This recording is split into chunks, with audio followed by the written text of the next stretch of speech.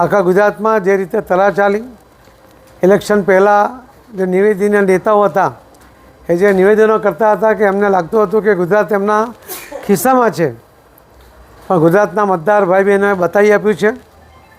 કે ગુજરાતના મતદાર સમજી વિચારીને પોતાના ભવિષ્યને પણ ધ્યાનમાં રાખીને અને દેશ અને રાજ્યની પ્રગતિને પણ ધ્યાનમાં રાખીને એ મતદાન કરતો હોય છે. ગુજરાતનો મતદાન સમજદાર છે અને એટલા જ માટે ભારતીય જનતા પાર્ટીને દરેક ક્ષેત્રની અંદર આખા ગુજરાતમાં ભવ્ય જીત મળી છે. સુરતમાં પણ ગયા વખતે 27 સીટ આપ પાર્ટીવાળા જીત્યા હતા, ત્યારે પણ મેં અમદાવાદમાં કહ્યું હતું કે સોનાની થાળીમાં લોઢાનો મેઘ,